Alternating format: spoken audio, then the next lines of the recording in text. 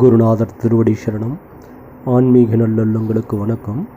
ஆன்மீக நல்லுள்ளங்களே, நீங்கள் கடன் பிரச்சனையில் ரொம்ப தத்தளிச்சிட்ருக்கீங்கன்னா ஒரு அருமையான ஒரு வழிபாடு முறை சொல்லித்தரேன்.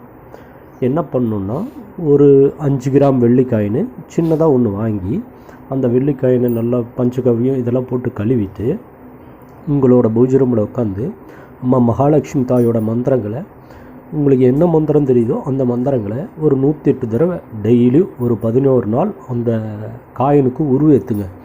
ஓம் மகாலட்சுமி தாயே நம, ஓம் ஸ்ரீ மகாலட்சுமி தாயே நம, ஓம் ஸ்ரீ மகாலட்சுமி தாயே நமன்னு அந்த காயினுக்கு உருவேற்றுங்க. இல்லை உங்களுக்கு மகாலட்சுமி தாயோட காயத்ரி மந்திரங்கள் தெரியும்னா அந்த மந்திரத்தையே சொல்லி உச்சரிங்க.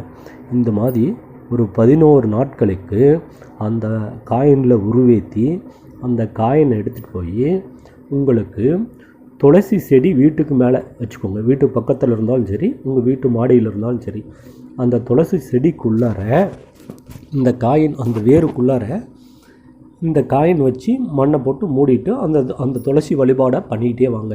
இந்த காயினை அந்த மண்ணுக்குள்ளே போட்டு மூடிட்டு துளசி வழிபாடு அப்படியே துளசியை சுற்றி சுற்றி என்னோடய கடன் பிரச்சனை சீக்கிரம் நீங்கணும்னு சொல்லி அம்மா மகாலட்சுமி தாயை வேண்டிக்கிட்டே வந்தீங்கன்னா உங்களோட கடன் பிரச்சனை படிப்படியாக குறைஞ்சி உங்களோட வீட்டில் செல்வங்கள் மேலும் மேலும் வளர்ந்து கடனே இல்லாமல் நல்ல ஒரு நிம்மதியான வாழ்க்கையை பெற்றுத்தரும். இந்த சூட்சமத்தை நீங்கள் பயன்படுத்திக்கோங்க.